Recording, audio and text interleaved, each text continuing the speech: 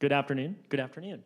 My name is Zeke Lloyd. I'm a reporter with Montana Free Press. Couple of announcements. First of all, we just want to thank our sponsors for making this possible, and a special shout out to Montana State University, our primary sponsor.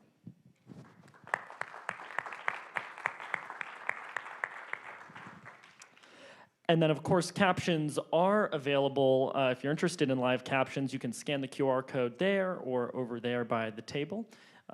And let's get into it. In preparation of just watching this panel, I read all of Amanda's reporting, our moderator, Amanda Eggert, read all of your reporting from the last few years on this, and you're really the only reason I have any idea kind of what's going on. And I still don't really know what's going on at all. The nuance and the complexity of this issue, I think, baffles Montanans who've been here for a long time and people like me who have shown up more recently. So I'm very, very excited to hear what everyone has to say. A little background on Amanda. Prior to becoming a full-time journalist, Amanda spent 4 years working with the Forest Service as a wildland firefighter. After leaving the Forest Service, Amanda worked for Outside Magazine as an editorial fellow before joining Outlaw Partners' staff to lead coverage for Explore Big Sky newspaper and contribute writing and editing to Explore Yellowstone and Mountain Outlaw magazines. Amanda has been writing about water, wildlife, energy, climate, and land, and having read a lot of your reporting, a lot of other stuff as well, for Montana Free Press since 2020. Everyone, Amanda Eggert.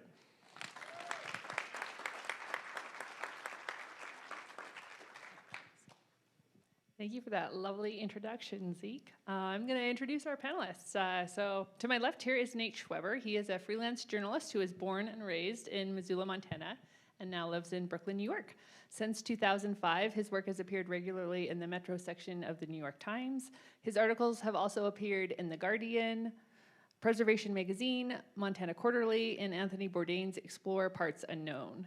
In 2020, a ProPublica series he contributed to won a Pulitzer Prize for National Reporting. Schweber attended the University of Montana. Go Grizz, fellow Grizz here. From 1997 to 2001 and majored in print journalism. His book, Fly Fishing Yellowstone National Park, An Insider's Guide to the 50 Best Places, was published in 2012.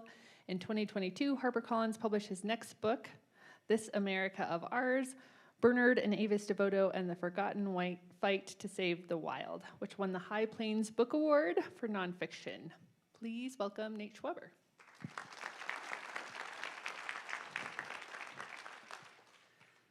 Next up, we have Ryan Callaghan. He champions sustainable outdoor business and recreation. As outdoor clothing brand First Light's inaugural employee, he built its conservation ethos and identity. Ryan promotes responsible land use, stewardship, and conservation-based business practices. He chairs the North American Board for Backcountry Hunters and Anglers, is a former guide and lifelong outdoorsman. He hosts the Cal of the Wild podcast, advocating for public lands, responsible hunting, and stewardship. He was recently promoted to Vice President of Conservation for MeatEater, and he works from his home state of Montana. Please welcome Ryan Callaghan.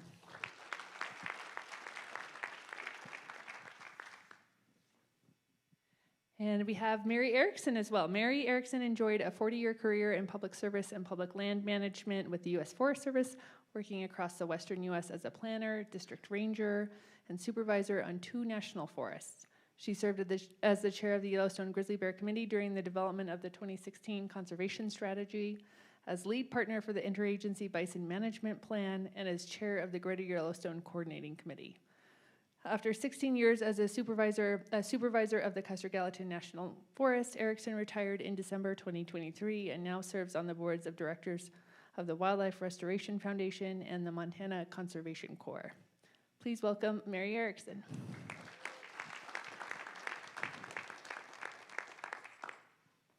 Okay, I'd like to start our conversation by just painting a picture for our audience of this stakes at play here. So I would love it if each of you could talk in as much detail as you feel comfortable about a piece of public land in Montana that you cherish and what makes it special to you.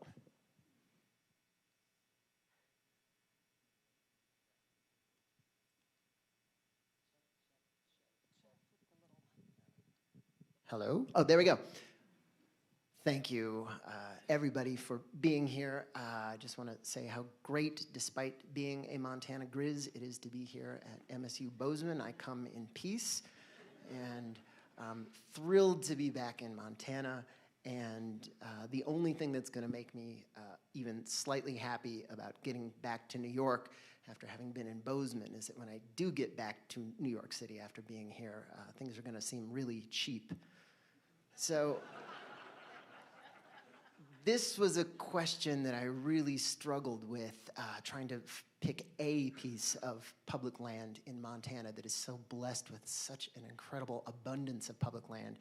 But I might just have to go back to my roots, which I learned I share with Cal. I was lucky enough to grow up in Missoula, Montana, very close to Rattlesnake Creek. It's where I caught my first trout, and I think that fly fishing for trout is a great gateway drug into conservation.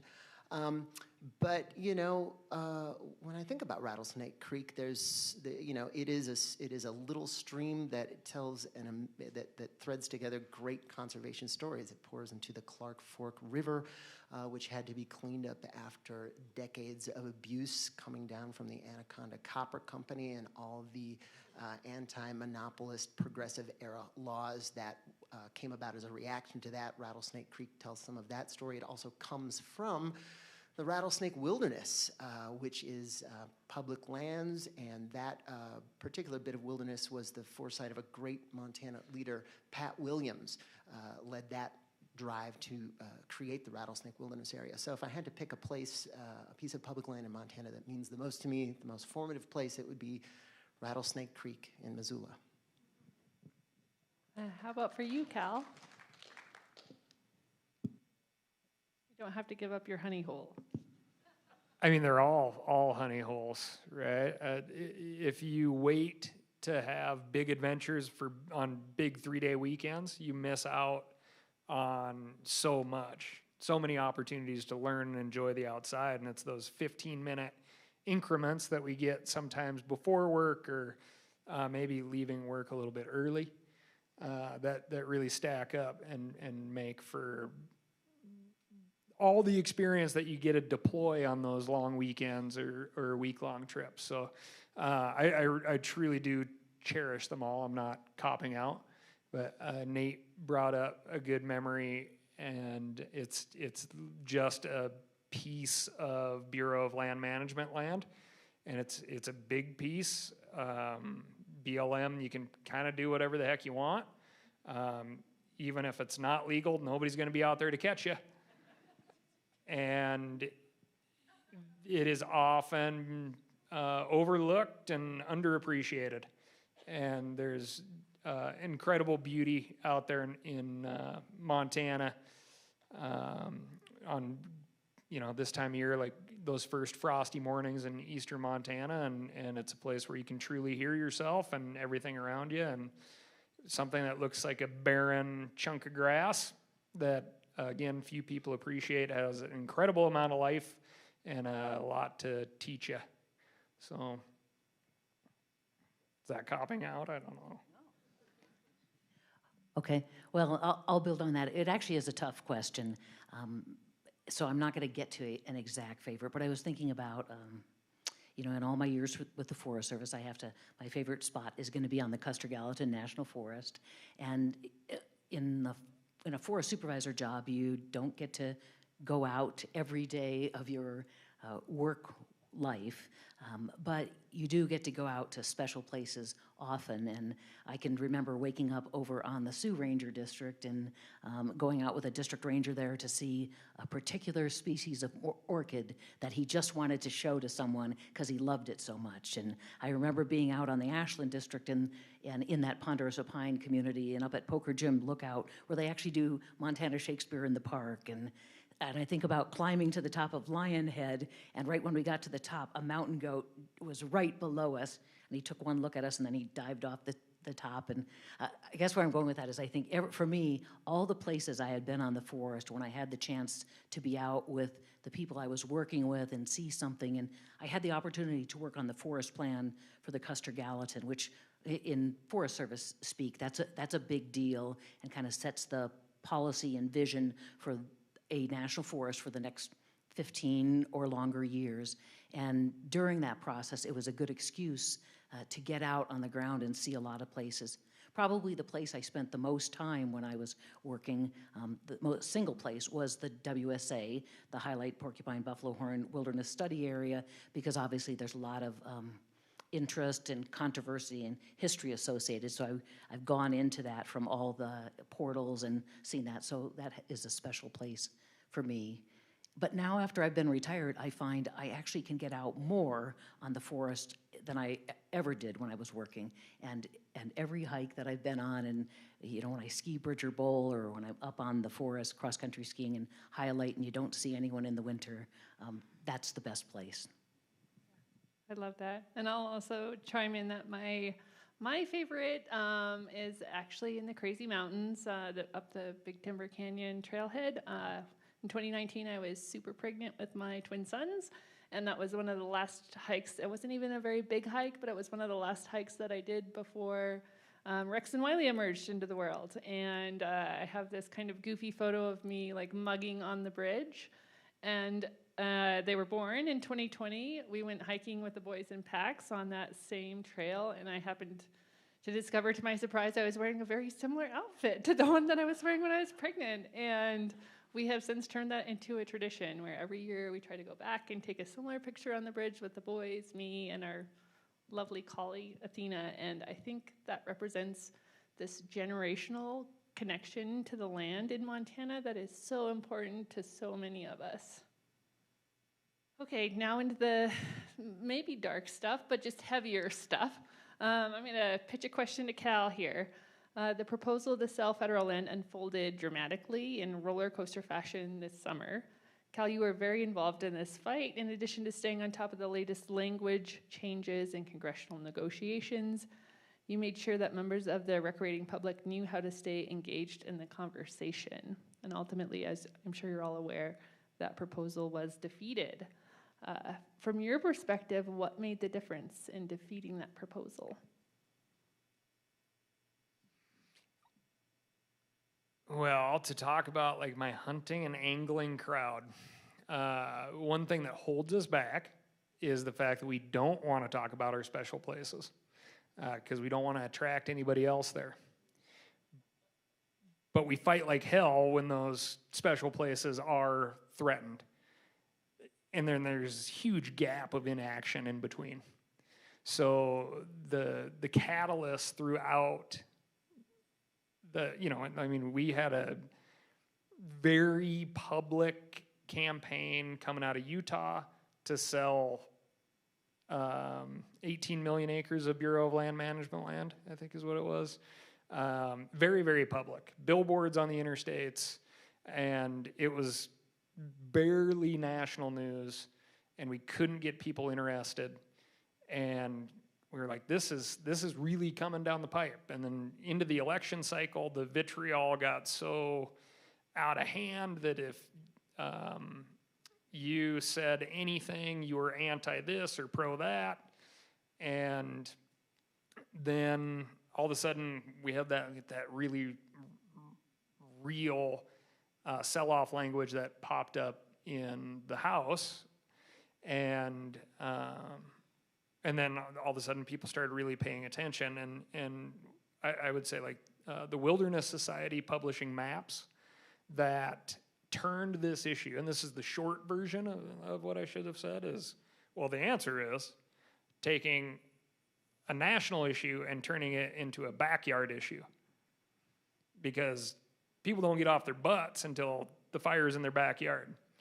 And that's what these maps did, was turn this into a very tangible thing for people. It made it very, very real. And just, like our little warm-up talk here about talking about places that we're connected with, there were endless amounts of people looking at places that they are connected with somehow, some way, that were for sale. They are on the chopping block. And you know, we finally had an opportunity to connect the dots of, yes, this is what's been happening, here it is, and this is where it's going. And we had enough people using the same language, connecting across businesses, nonprofit groups, media, to provide that consistent messaging. And I think notable sources that were able to stay out of the hyperbole and the vitriol, and probably didn't get as many clicks along the way, came out ahead because they were so consistent throughout the whole fight. So, yeah, take those intangible things and make them tangible somehow, some way. Yes, I love that. We all know that that was a big fight, and if you're a conservationist, I think you would chalk that up as a pretty big win, but it's one moment in time, and we're transitioning into future moments in times and other policy fights. So just because that provision was stripped from the One Big Beautiful Bill Act, Trump's budget bill, doesn't mean that land management agencies are clear sailing ahead, right? So we've got other changes happening right now that all of you are aware with. We have cuts to federal budgets. We have changes to the Land and Water Conservation Fund. We have environmental regulation rollbacks. I would love it. I'd open it up to the three of you to talk about where those conversations are happening now and what you're trying to stay on top of. Go for it, Mary. I'll take that a little bit. Just maybe just for context, I would share. You know, I retired in December of 2023. I love the Forest Service. I love the Forest Service's mission. I love the challenge of balancing conservation and use. And the first year when I was retired, I didn't really think too much about Forest Service stuff, but I have a lot of friends in the agency. And then this year, it felt like everything started changing so rapidly. And so I've been much more involved these last number of months with media stories and advocacy, trying to tell the story, trying to just provide good factual information about what's happening within, and I know the Forest Service, right? So I don't try to tell the story for the Park Service or BLM, but about what's happening within the agency and the changes. And some things really grab the headlines, and they're the roadless rule, and we could talk about that at length, because I think rescinding the roadless rule actually has a lot of complexity to it and what it means. It's not quite as straightforward, I think, as some people think. But there's the rescinding of the roadless rule. There's a docket of rescinding the travel management rule. There's a big reorganization proposal for the Forest Service that would eliminate all regional offices in the system, including the one in Missoula, which you might say, well, that's not such a bad thing for reducing overhead. But there's a lot of science work, a lot of work that goes on at that level.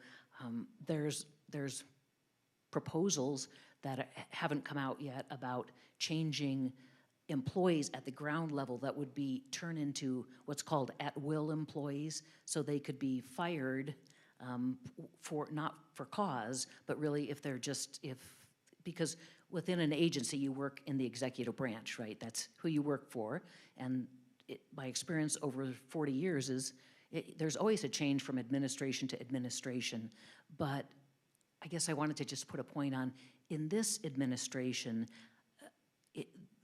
What's happening is really beyond anything that I've ever experienced in 40 years, and so it's hard to predict what's really coming next.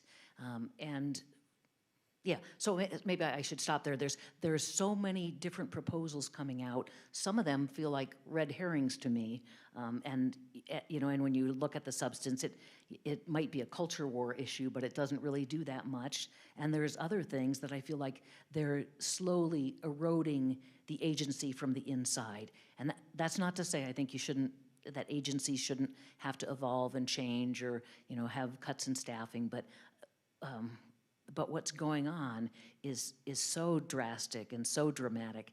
And of course, I think about the speaker last night and talking about the CIA, and I think, well, what difference does the Forest Service make in the overall picture of what's happening across the country? But I think there's so much happening and so much really trying to break things on the inside of agencies that I worry about whether the agency can sustain itself.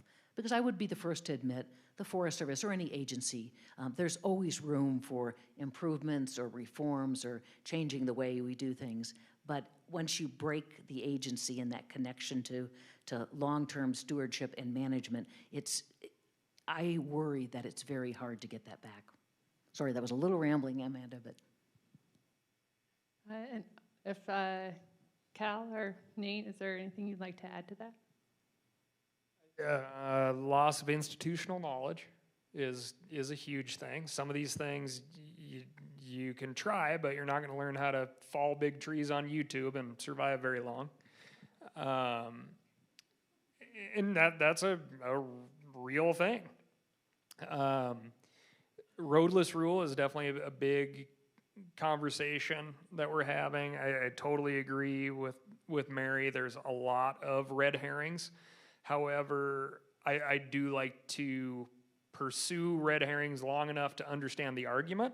So I am Getting very tired these days, exhausted maybe. Yeah, but it's to me it's worthwhile because I feel like the outdoor crowd is very dirt under the fingernails. They're very logical people, despite some of the outlanding vehicles that you see around Bozeman. Like a lot of this stuff, it just doesn't make sense.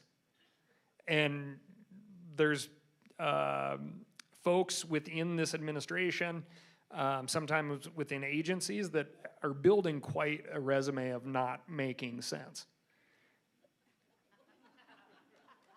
And eventually, sometimes it takes our elected officials to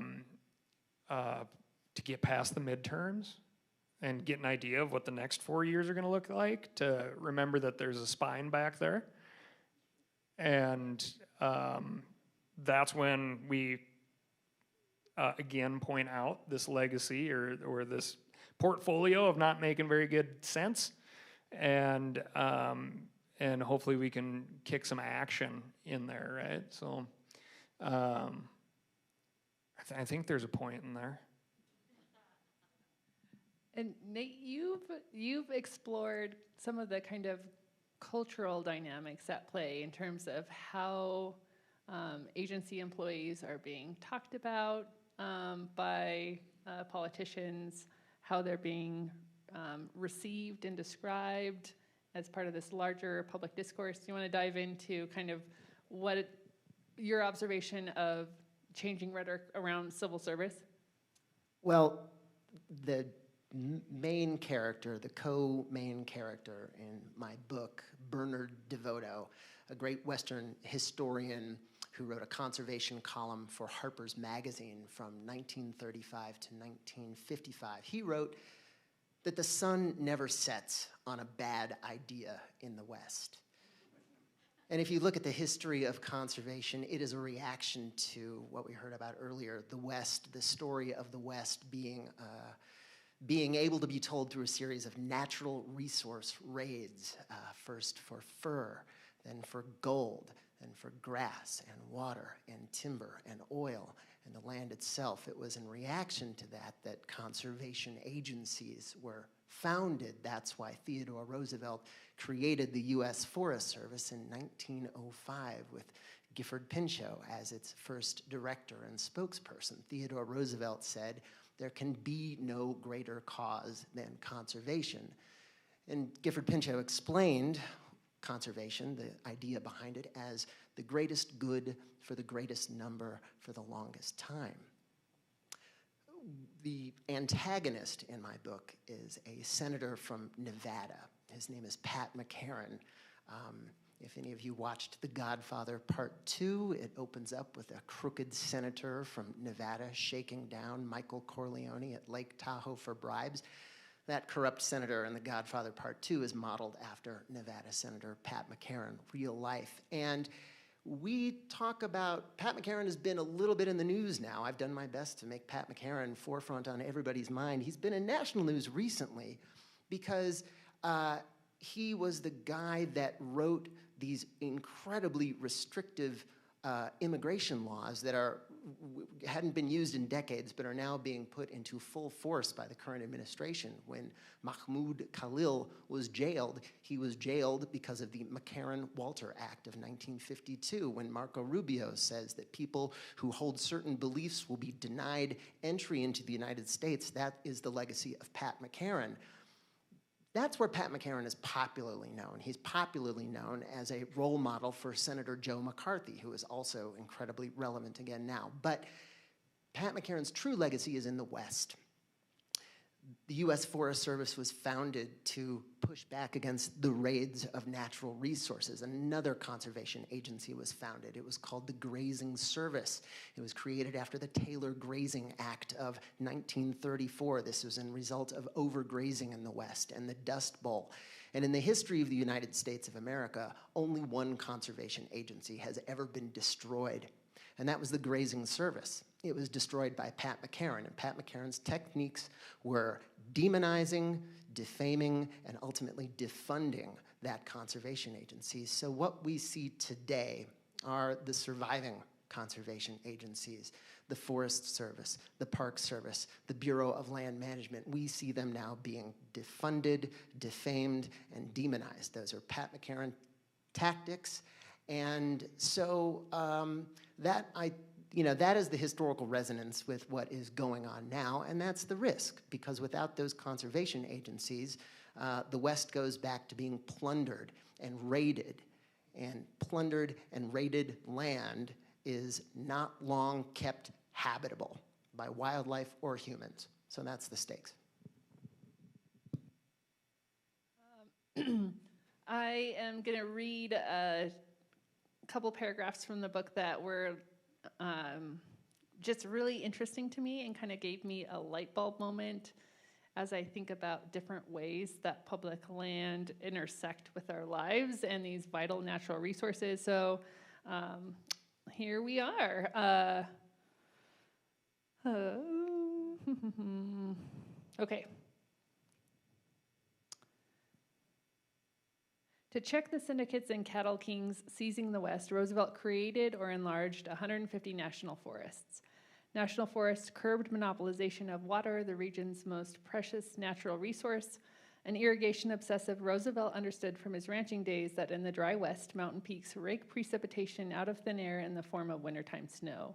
This makes them equivalent to the gray-bellied clouds that hydrate the humid side of the country east of the Mississippi River.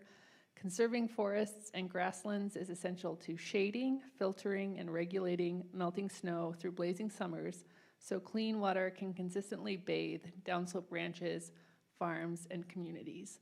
Nothing but winning at war is more important, Roosevelt said. In the spirit of that light bulb moment for me, I'd like Nate to tell me about one of the light bulb moments he had as he was working on this book. Every page of that book was a light bulb moment for me, but it was sort of a culmination of a light bulb moment that I've basically been having since moving to New York, because I grew up in Missoula, was lucky enough to grow up there, surrounded by public lands, and as the cliche goes, I took them for granted and was really homesick when I got to New York City. Crowded and loud and noisy, and without those vast, beautiful landscapes. And being a Montana-ophile, I had it in my brain that Montana was the way it is because Montanans are so more enlightened, and that's very true. That's very true. But I was shocked, and this has been my ongoing education. I thought that Montana and New York had nothing to do with each other, that they were antagonistic, that they were completely opposite. So it was education for me to learn that what so many of us love about Montana, what we're talking about right now, Montana's incredible public lands legacy, owes itself greatly to New Yorkers. It was Manhattan-born Theodore Roosevelt who gave us the U.S. Forest Service that created so many of these national forests. It was his fifth cousin, Franklin D. Roosevelt, who created the agency that today is the Bureau of Land Management.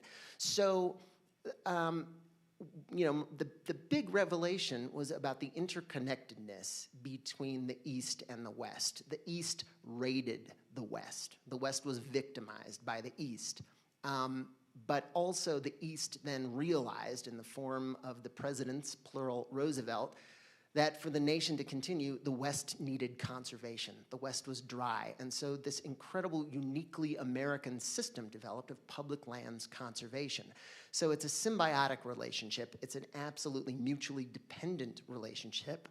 And, throughout history, there have been people interested in short-term monetary and political gain, and historically, they have been enemies of public lands conservation. So, my revelations in working on the book was having my mind open from having grown up in Montana to being better able to understand Montana. I got to piggyback on this a little bit. I'm a big fan of the book. There's a Bernard DeVoto quote of nothing in the West ever ran out until it did. Very applicable here. And then Nate, succinctly wrapped up this very small but profound point of these Easterners coming west to save the West or pillage the West. But Bernard was a Westerner who went east and then came back to try to save the West. And during the, this last big, I think we're in the public lands dismantling fight right now. The public lands management dismantling fight right now. But during the public land sell-off fight, that was just, it shocks me to look at the calendar and see how it was only a couple months ago. But it was only a couple of months ago. But during that fight, there was all these senators and representatives on the East, and over again, I was told, well, that doesn't really matter that much because they're always going to defer to the senators and the representatives in the West. That's just the way it works. Along party lines or bipartisan?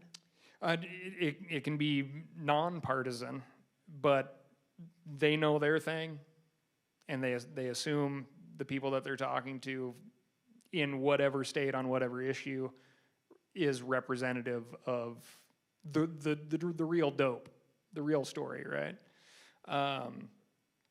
And over and over again on those DC trips, I'm always shocked at the amount of staff that are not from the state. So you're like, oh, well, and they go, well, no, I don't. I'm from New Jersey. It's like, New Jersey's super fun too, but I'm trying to connect with you on this super cool thing in the state that you're representing. And specifically on public land issues, we have very few elected officials that are really representative of the rank and file public land user appreciator, right? And so there is a gap there. And those people are the ones that are really driving. They're going to be listened to, whether they have that connection or not. So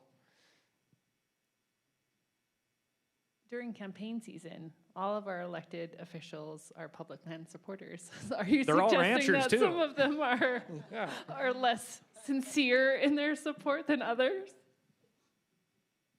I mean, election season, everybody is everything to everyone for those votes, right? So, and I don't think that's changed since the dawn of time. But I think hopefully the people in this room and the folks out in the woods right now understand that a huge part of what they bring to the table when it is time to advocate for these places is the dirt under the fingernails knowledge of what these places actually are and the value that they actually have to the people. Because there is a disconnect between a lot of elected officials and what is happening on the ground. A somewhat related question, since we're talking about campaigns and elected officials. Last night, some of you might have caught the talk with John Tester, and he was asked a very difficult question. John Tester, of course, is Montana's former senator serving in D.C.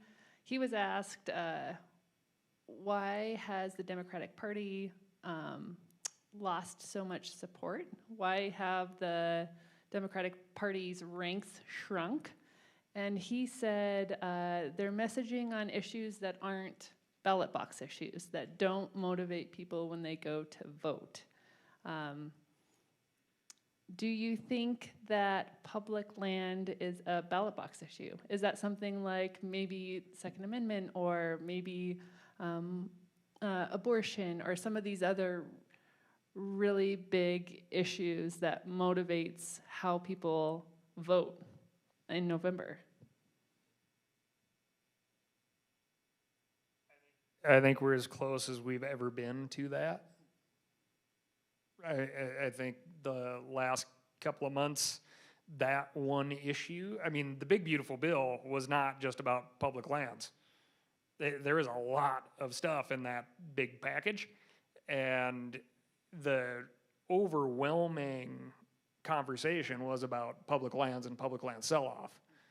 That ended up driving big chunks of the news cycle, and it drowned out, this is like a first-hand quote, the important stuff that we should be working on, Yeah, it was a 1,000-page bill, an enormous piece of legislation with a lot of profound changes.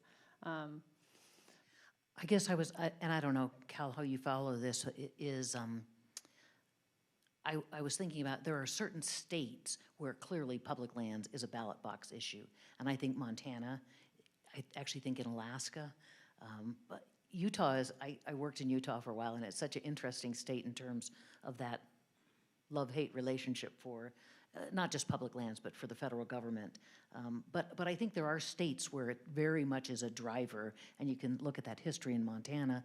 And then one of the things I've discovered in this last year, when you talk to media that's from the New York Times or from other outfits that are in the East, they say, the public back here doesn't really, when you say public lands, that doesn't really resonate with people. They don't, they're thinking, what is that? Is that a park? And Forest Service, what the heck does the Forest Service do?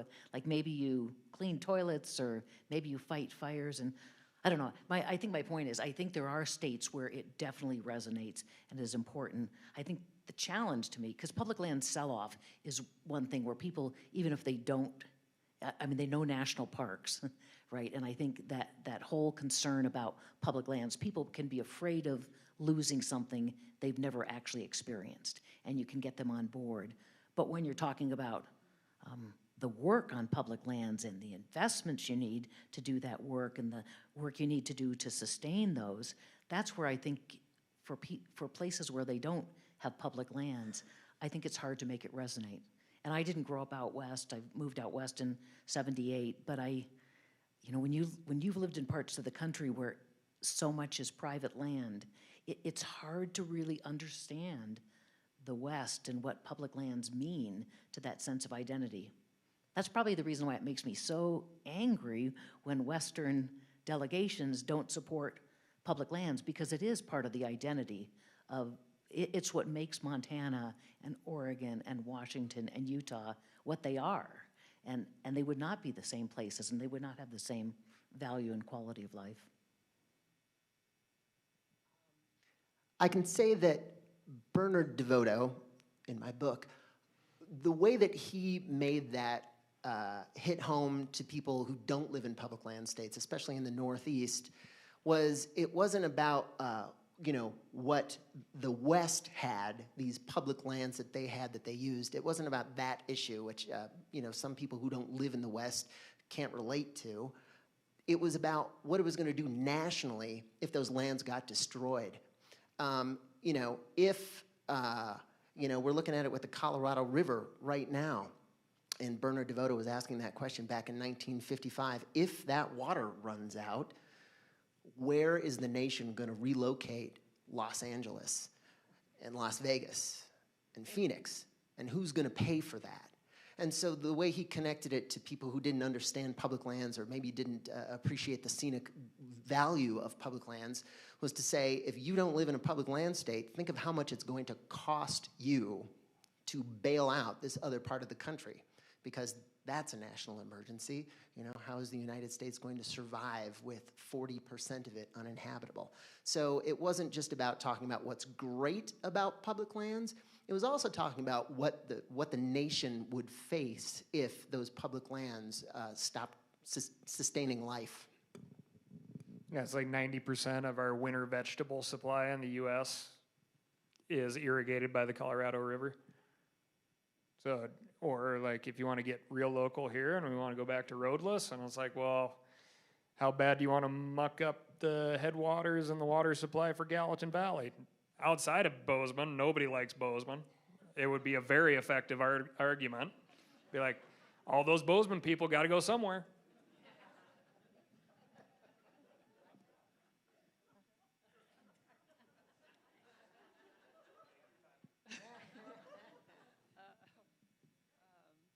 As many of you probably are aware, it's also not a straight up conversation about just selling public lands to private entities and individuals. There's also this other conversation about transferring federal lands to state ownership.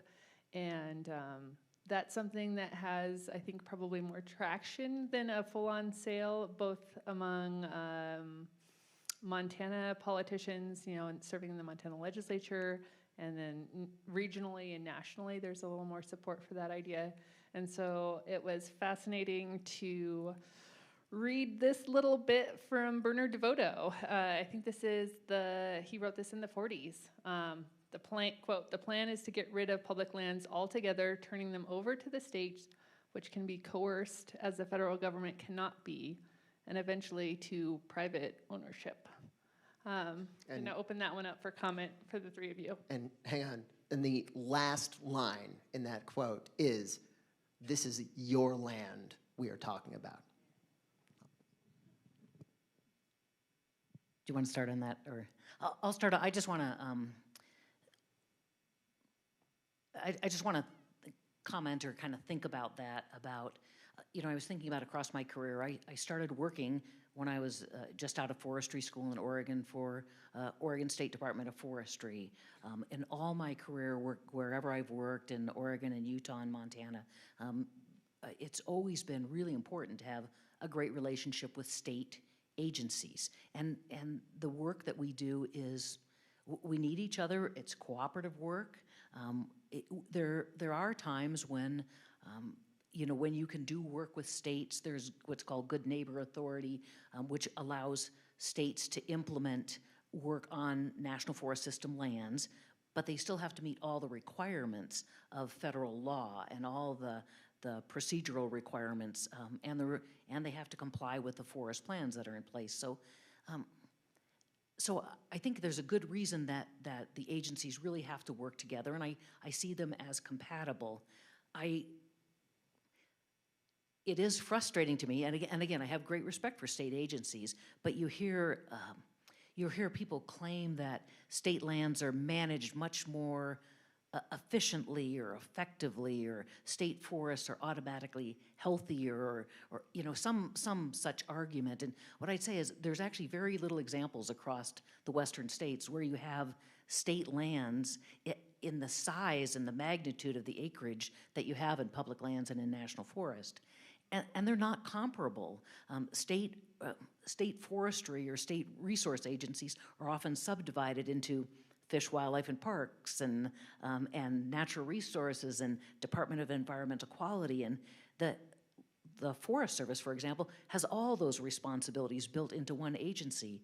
And the challenge is when you're a public land agency, you are required to be efficient, you should be creative, you should be innovative, you should be transparent, but you aren't just managing for the bottom line dollar, right? And many state agencies, it's built into law that their management is to generate revenue for schools and roads.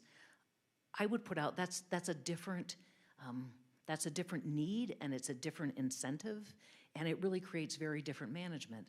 But public lands and national forests and parks and others, they're managed for long-term wildlife sustainability, and they're managed for wilderness, and they're managed for other things that you can't measure in that same dollar value. So I just think, I don't think it should be pitted as a fight or feud between state agencies and federal agencies. I see them as compatible, but I think it's ridiculous when people want to take this simplistic view that you could just turn federal lands over to the states, and the states would have the wherewithal to manage those under the existing environmental laws we have in this country, and those requirements. And honestly, all it would take is one really bad fire season, and the folks were up here talking about the state's budget for wildland firefighting, and that with climate change and what we're experiencing, those costs are just going to get higher.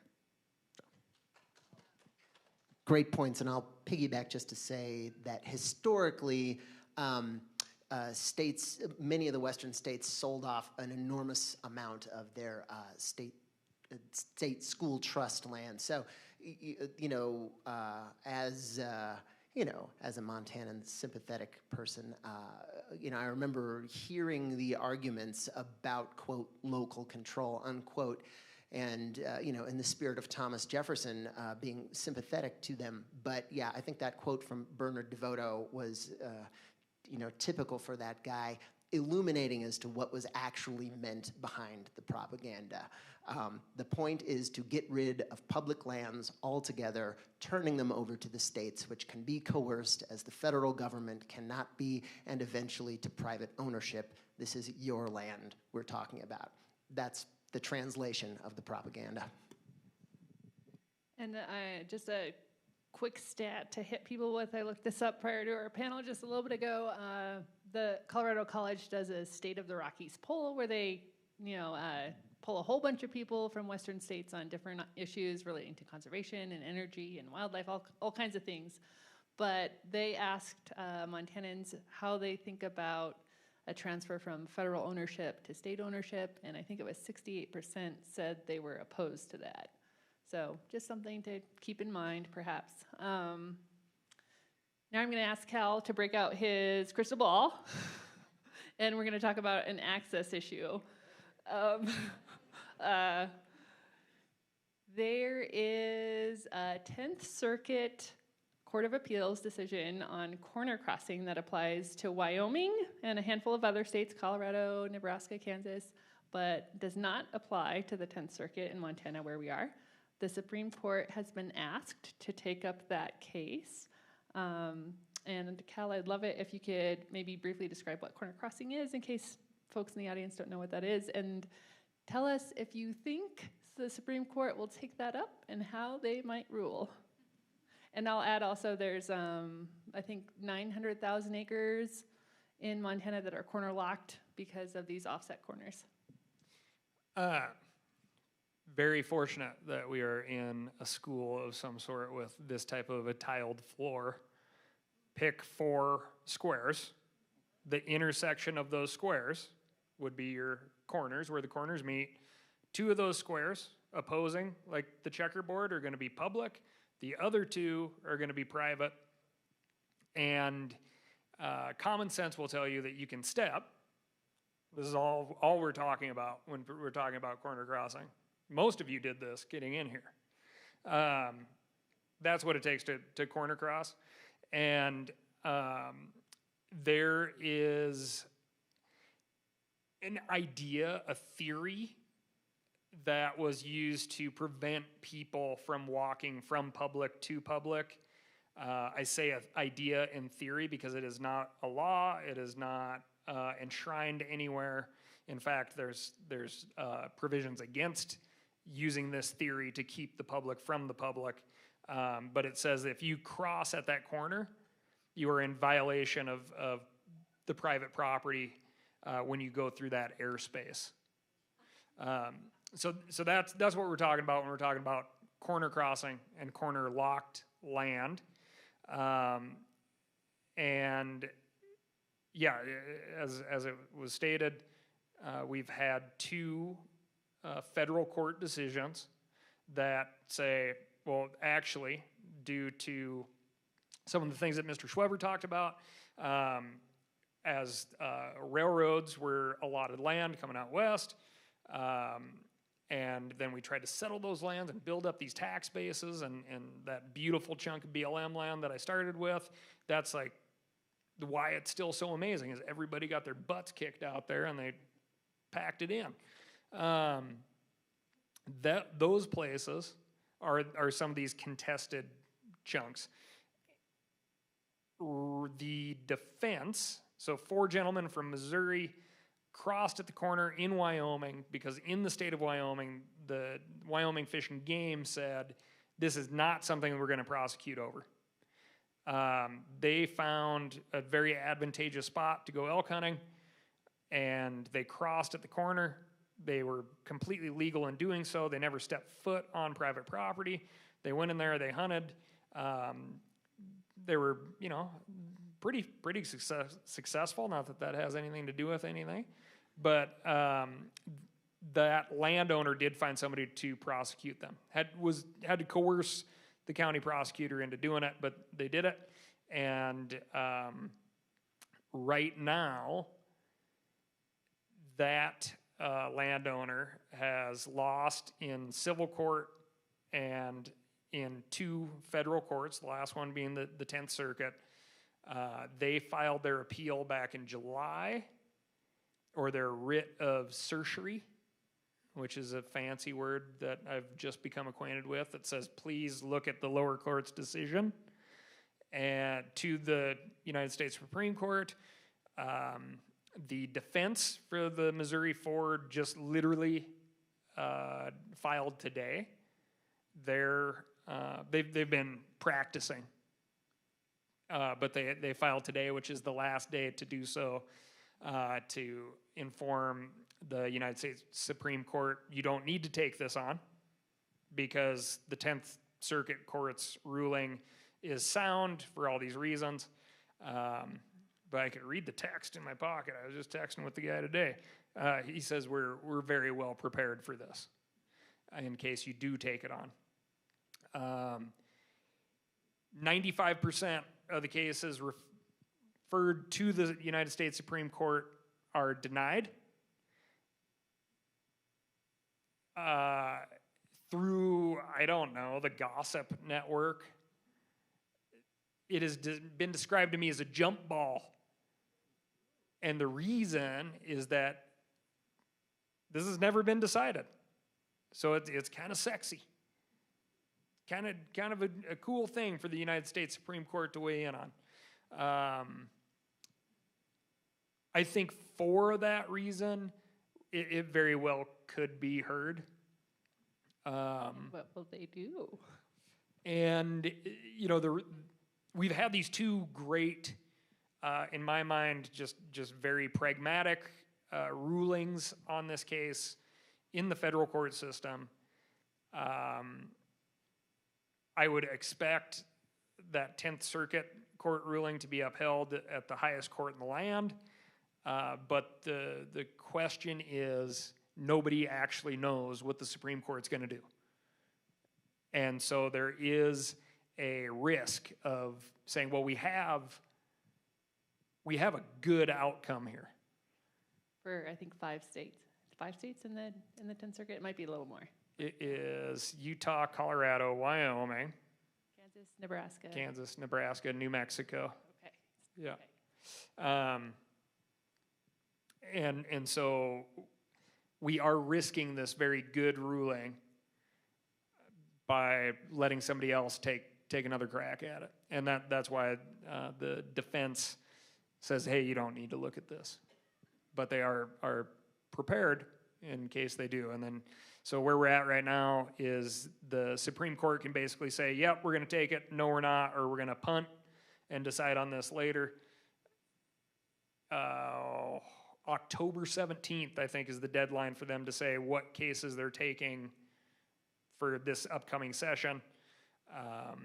So we could know by October 17th, or they punt into the new year, and we'll know in like February, I think, if they're going to take this case. So I don't know. I want them to, because I feel like it's just so asinine to say, if you walk from public to public, and there's no acrobatics here. It is so accessible. And in a lot of this ground that we're talking about too, there are no fences, right? Like, I mean, it is just wide. It's the BAO, as we used to call it, the bald ass open. It's mental gymnastics to say that you can't take a step and go from public to public. So, yeah, that's opinion, that part, gang. I don't know, never passed the bar exam, probably never will, but I do know some of conservation history, and to bring it back to, again, the first chief of the U.S. Forest Service, Gifford Pinchot, who spoke a lot of the philosophies behind conservation. He said that public lands are, quote, to help the little man make a living as opposed to the big man make a profit, unquote. Claiming airspace on public land, that is a wealth transfer to the landowner, and so that is a concentration of wealth. That is not helping the little man make a living, that is helping the big man make a profit. That is against the spirit of public lands. And I don't know what the lawyers on the corner crossers side are arguing, but I hope they're bringing up things like telephone lines and pipelines, which can cross from public land through private land to other parcels of public land without being called into question for violating anything like airspace. And if I'm remembering a detail correctly from Amy Gammerman's awesome book, The Crazies, the billionaire landowners who were fighting the little ranchers who were trying to put windmills on their own private property in order to survive, the billionaires argued that the windmills were disrupting their airspace. So it seems a fairly specious argument, but not mine to decide.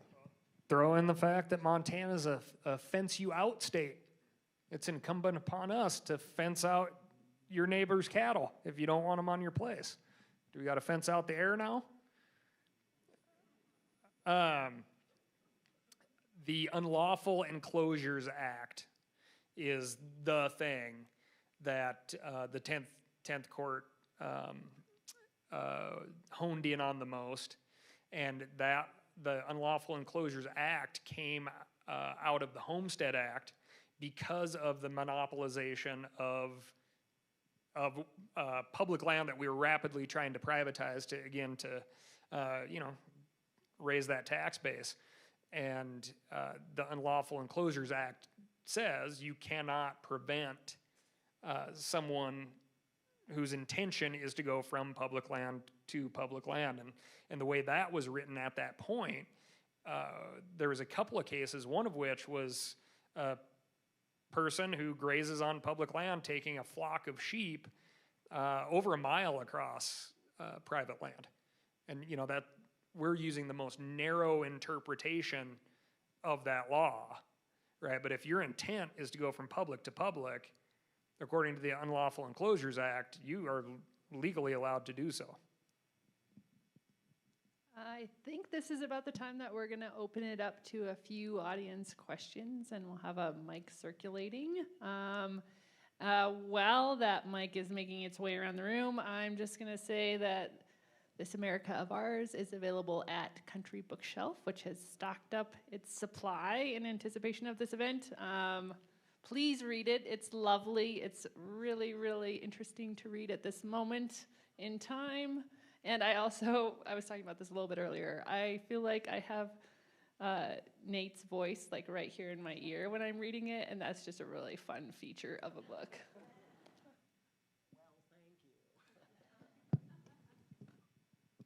Yeah, Cal, I appreciate your visual with how effective the maps were with the organization you're working with. Is there a place I could go to or anybody could go to and look at what Montana looks like? What's public, what's private, what's Forest Service, what's BLM, and just really get a good visual of what this argument means to Montana? Well, I use this OnX, which is a Montana company, and they're really great. It's an app that you can throw on your phone, but there's also Cadastral. What else is there, Mary? There's a bunch of good stuff, but also the Wilderness Society, Conservation Alliance has some great maps out right now. Backcountry Hunters and Anglers. I use OnX just all the time. It's a great hunting and fishing tool. But they have a layer on there for roadless areas. There's a layer on there for most of this stuff somehow, some way. But yeah, you can waste a lot of time staring at that thing. Be careful. I think I was looking this up when I was writing about corner crossing in Wyoming. I think individual land management agencies somewhere online have these maps that they have to be like really, really high resolution to get any detail or information out of them, but they take forever to load, and you can zoom in and zoom in and zoom in until you're looking at square mile sections and figure out who the land manager is and what district it's on, what town is close. They're kind of obscure. They're a little bit hard to find. Some of these, some of these records are still being digitized too, which is tough. And like courthouses burned down in rural America too. So, but the MAP Act, which passed a couple years ago, was some funding to help get all this stuff digitized and into places where people can access it efficiently. But sometimes I still end up calling county clerk's offices and asking if a road is still a county road and stuff like that. But I have a question for Mary in particular. Mary, you said that you loved the mission of the Forest Service. Now that NEPA, the National Environmental Policy Act, has been gutted and public comment is much more restricted, and the Endangered Species Act has been weakened, and under this administration, I think we can anticipate more of the protections for our public lands being eroded under the roadless rule rescission, for example. After this administration, if there is a future that we can plan to do some rebuilding, do you anticipate that the mission of the Forest Service might be revised to one of preservation instead of multiple use after climate change has threatened many of our resources? Well, that calls for a lot of speculation that maybe I don't have the ability to speculate on, but I'll just give some thoughts on that. Personally, I think you could, there's aspects of the Forest Service mission that certainly you could work on some reform and some clarification. I did want to make a point, sorry, I'm going to jump around here. At this point in the National Forest System, even if the roadless rule is rescinded, national forests are still bound by decisions for individual forest plans. And those individual forest plans have requirements for areas that would be where no new roads would go in or no motorized trails would be added. So the roadless rule rescission, I don't mean to imply I think it's a good idea, because I don't. It just brings back an old argument that, that you don't really need to have, and their rationale for rescinding it is, it's just that those are just bogus. It's not it doesn't help with wildfire, and it isn't going to bring all this timber available. But there's still requirements in place, and individual national forests will still have to comply with those forest plans. I believe in the Forest Service multiple use mission, and I think it's okay to have some lands that aren't just about, the Park Service. I love national parks, but kind of the preserve and protect and hold constant. I think the idea, it would be very hard to roll back many of the multiple uses of the national forest. You think about outfitter guides on the national forest, and you think about pipelines and reservoirs and dams and ability to walk your dog really anywhere, and I could go on and on with the Forest Service doesn't have that same history of kind of that regulatory approach that the Park Service has. And I don't think that's a bad thing. I love the Park Service, but for me in the portfolio of public lands, I actually appreciate that there's that diversity. Most national parks you can't hunt in by the enabling legislation. National forests are open to hunting. If you ask me personal, I have personal biases or beliefs about that of what I walk my dogs. Do I like to see trapping? No. But do I think the whole idea of having conservation lands that allow a variety of uses on them is the wrong concept? No, I don't. I think that's I think there is value in having a conservation agency that affords that. And the other thing is, it's just so different. National parks tend to be, contiguous land bases where you can manage the uses within those, and the national park actually owns the road system and they control that. National forests, there may be contiguous blocks, but the road system is complex, the access is complex, the responsibilities for wildfire or grazing, it's very complex.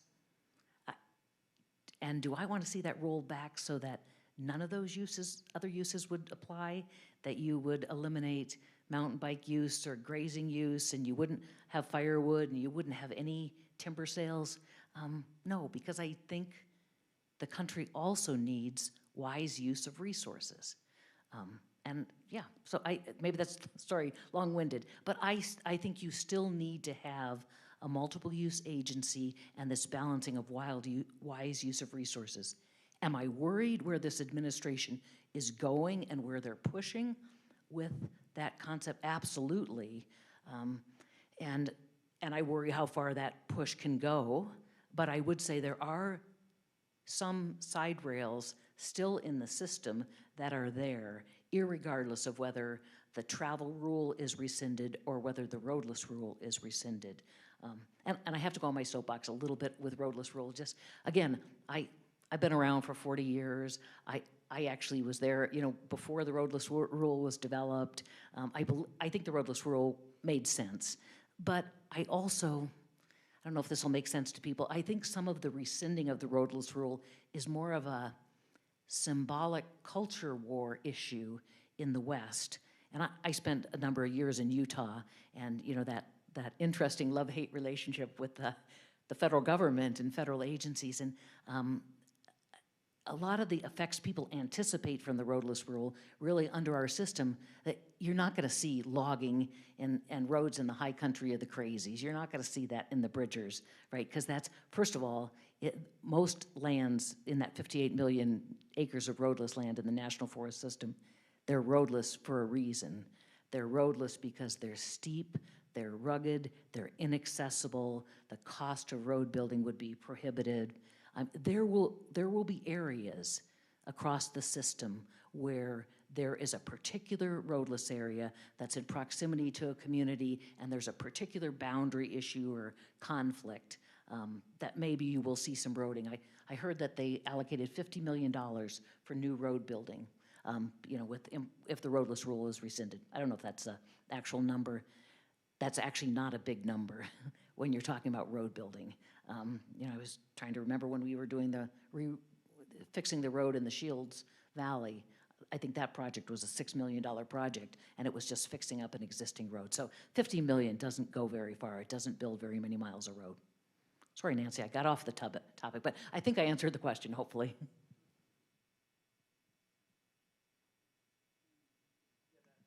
Roadless, we also like get wrapped in this, like, what is the timeline, the effective timeline, and what's the fastest you've ever seen like a management plan come together, like a forest management plan or a regional management plan? Yeah, of course, not to get wonky, but you know, there's differences between forest planning and that process and there's a whole series of regulations about what you have to consider and the public process. But the roadless rule is a rule-making process nationally, and the rule-making process, for better or for worse, there is a process, but it leaves so much more discretion to the Secretary of Agriculture on what they do. Like if you were doing a forest plan and you asked for comment, you actually have to analyze those comments, and you have to show people what you did with those, and you know, go through this thoughtful process. And I don't know what the record is, but it took us 6 years to develop our forest plan, and we actually thought that was pretty good with a change of administration and some furloughs and some fire transfer in the midst of that. So we thought that was pretty good. Rulemaking can be fast. And the last one prior to the new one was written like in the mid-'80s, is that Yeah, right? 86, yeah. 87. So they're not frequently, they don't turn over super fast. But there's only 20% of the 48 million acres that had previous forest management plans that included logging. That's the stat I'm working off of. So about 20 million acres of the 48. Of the 58? Sorry, 58. Yeah, of the 58. So in order to expand logging beyond that 20 million mark, you would have to, in theory, create new forest management plans. I don't know the exact number, but and I don't mean to sound partisan here, but it's hard to predict some of the processes and things that this administration, you know, it's hard to go on past experience of what you would think would have been the way things would be done when you look at what's being done. Okay.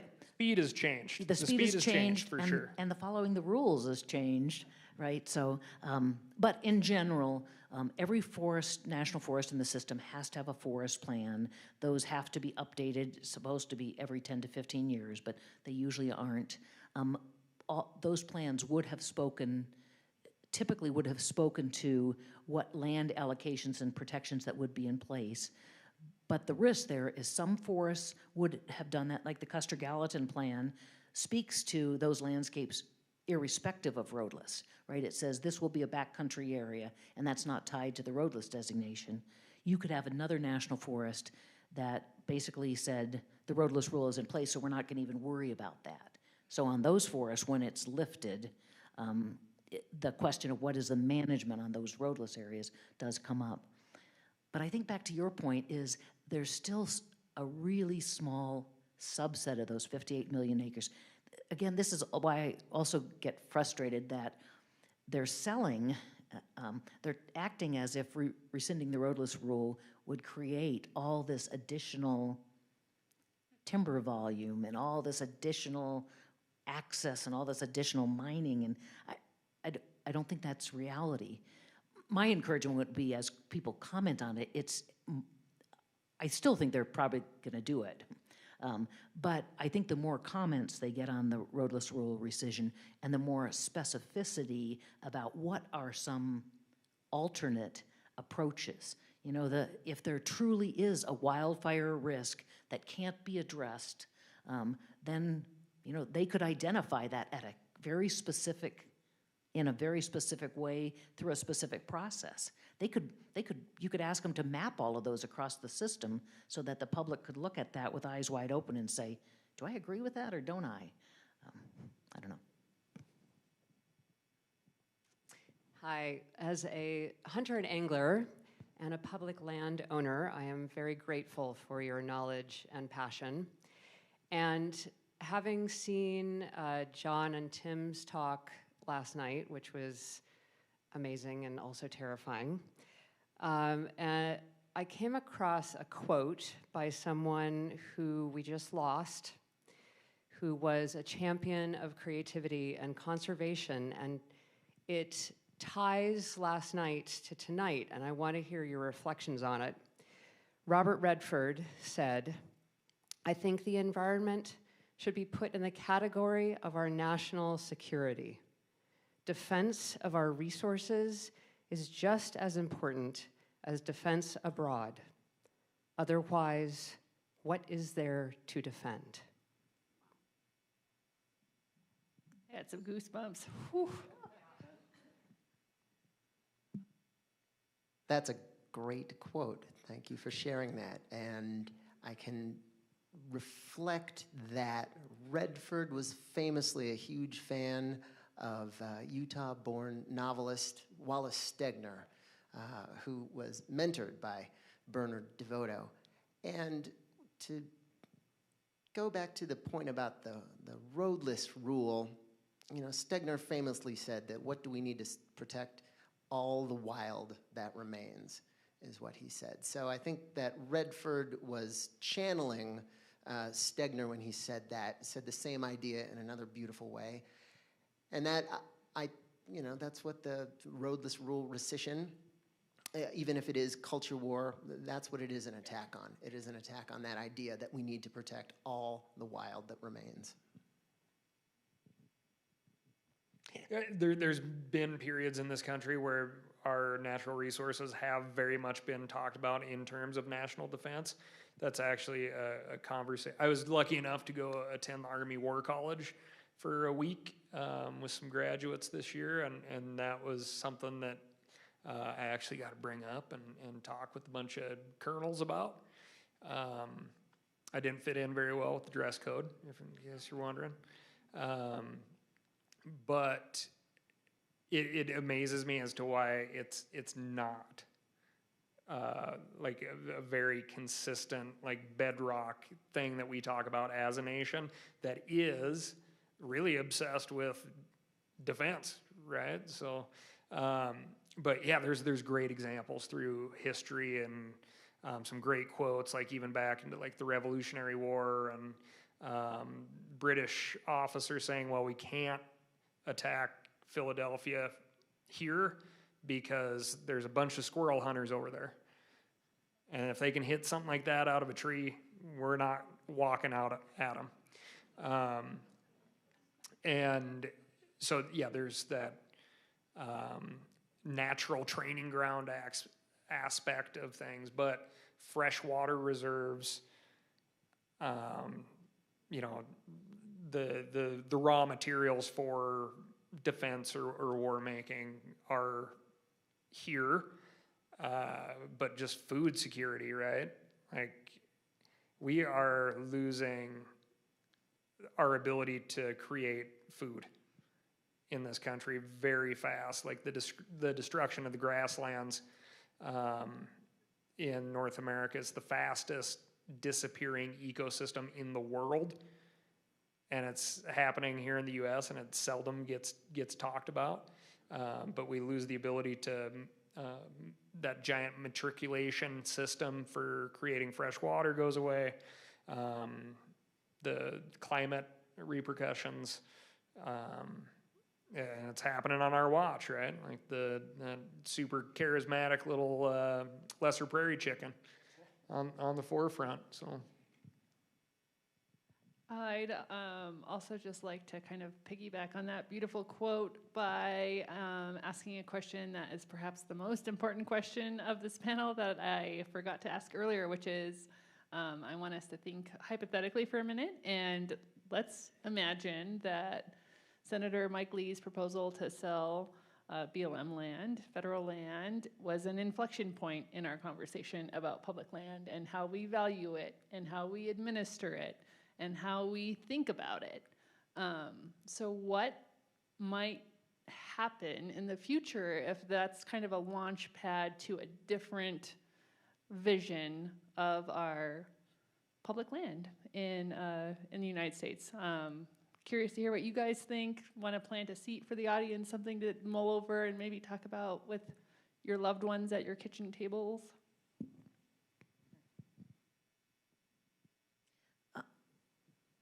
I'll mention a couple things. One is, I don't know exactly what it would look like, and I would worry about taking on some larger public land reform and the really thoughtful process that would require under this administration, right? I mean, I just don't think it would be the time. But if you think in the future, maybe I'll reflect, this is a little bit of a tangent, but I think about, I've traveled in New Zealand or traveled in China and traveled in Costa Rica, and, when you're in Costa Rica, the country is so proud of what they've done with these, the rainforest preserve and this particular biosphere preserve. I mean, they're so proud of that system, and it's great. But the public land system in the United States is so much larger, there's so much more to it. The concerns around wildlife corridors, but we do take that for granted, and I don't think most people think about that. So if there was a way to really thoughtfully think about the public land management agencies and how do you try to get more support for collaborative processes? How do you get more people at the table to be part of the discussions on how those lands ought to be used? But how do you do that in a way that doesn't generate so much more process and red tape that you really can't get any work done? But I don't really know what that looks like. I don't know if this was really an inflection point, but I hope that maybe some good comes out of the period we're in and people start to rise up and pay a lot more attention. I'm very optimistic. I mean, I am very optimistic. Again, like that boots on the ground, dirt under our fingernails crowd, it is so easy to see that we are right. It is just so apparent. And when you get into these thoughtful discussions and arguments, boy, these folks they don't have much room to run.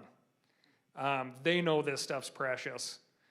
They're doing all these mental gymnastics to say how it could be better served, and they're just not correct. So we're in a position of power here. And when the Doge chainsaw started flying around, there was all sorts of shocking, hyperbolic things that happened, but I think every individual in this room, if you were asked, would you like your tax dollars to be spent down to the penny in the most efficient way for the best things, we would all say yes. As opposed to, well, is it okay if some of it gets lost and we don't know where it goes? And you'd be like, well, I'd rather keep that money. Well, that's not an option on the table. We want that. We can get there through improvement. There's, as Mary has said, there's lots of areas to improve within the management of our public lands. I think I have a crusty old retired Forest Service buddy who loves to just point out, well, what the hell did they expect was going to happen? They should have saved it before it went up for sale. And I think, the time is now. Like, it is so apparent that if we don't stand up and say, hey, this stuff is valuable, in fact, it is being used in the best possible way, here are all the people that use it, it means a hell of a lot to us, there are people that will sell it out from under us. And I think the building blocks are here to, assemble a better path, right? What does that It look can't like? be a preservationist, no, everything's fine the way it is. And I don't think we're going to get through this administration by having everything the exact same way it is anyway. So we need to be proactive, we need to be involved, and we need to not only demand that we keep what we have, but we need to demand management that is actually fitting of how valuable our public lands are. Something that Maggie McGuane said this morning when she was having a conversation with her father has really stuck with me. She said that it's important for conservationists or advocates or activists, however you want to term that, to think strategically and to bring solutions. Not just, no, we don't like this, but to be more proactive in providing alternative policies. And that seems so simple and straightforward, but man, did that resonate for me. One of the stories that I tell in my book is about Dinosaur National Monument. This was an inflection point in the history of conservation in America. There were plans to build a dam inside of Dinosaur National Monument on the Green River. The scenery is comparable to the Grand Canyon. This was a fight because nobody had ever proposed industrializing a national monument like this before. Bernard DeVoto started the fight that eventually kept dams out of Dinosaur National Monument with a piece in the Saturday Evening Post titled, "Shall We Let Them Ruin Our National Parks?" That dam was finally killed in 1956, but from the coalition that DeVoto built to oppose this dam, 9 years later, that same coalition passed the Wilderness Act. So that was an example of an inflection point, something that was potentially very negative, turning into something very positive. And yeah, I'm noticing that, the conservation community seems to right now just be reacting to bad stuff, land sell-offs, roadless rule rescission. I mentioned that Bernard DeVoto mentored Wallace Stegner, who was appreciated by Robert Redford. There's another Stegner story where there was a proposal of a giant landscape, and I'm paraphrasing this story, but there was a giant landscape, and there were some young preservationists, and they were going to draw up a plan. What areas would be for industrialization, what parts would be for logging and grazing, what parts would be for wilderness, and inspired by the great Wallace Stegner, they drew the biggest area they could even think of for wilderness, more wilderness than they even dared to. They left some for logging, they left some for grazing, they left some for industrialization. But because they were going to show this to Stegner, they challenged themselves to preserve the most acreage possible. And they took it to Wallace Stegner, and he looked at it and said, "That's it?"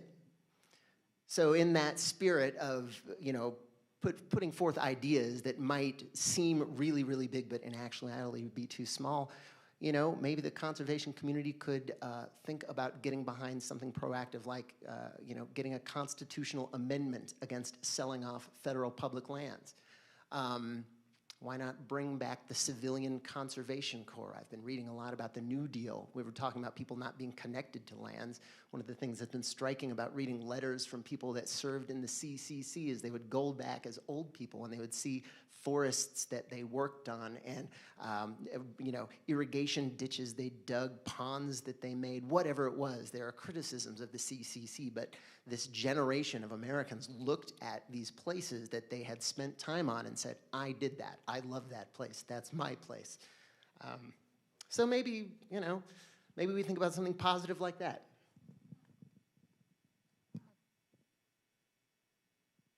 Okay, that's all that we have time for today.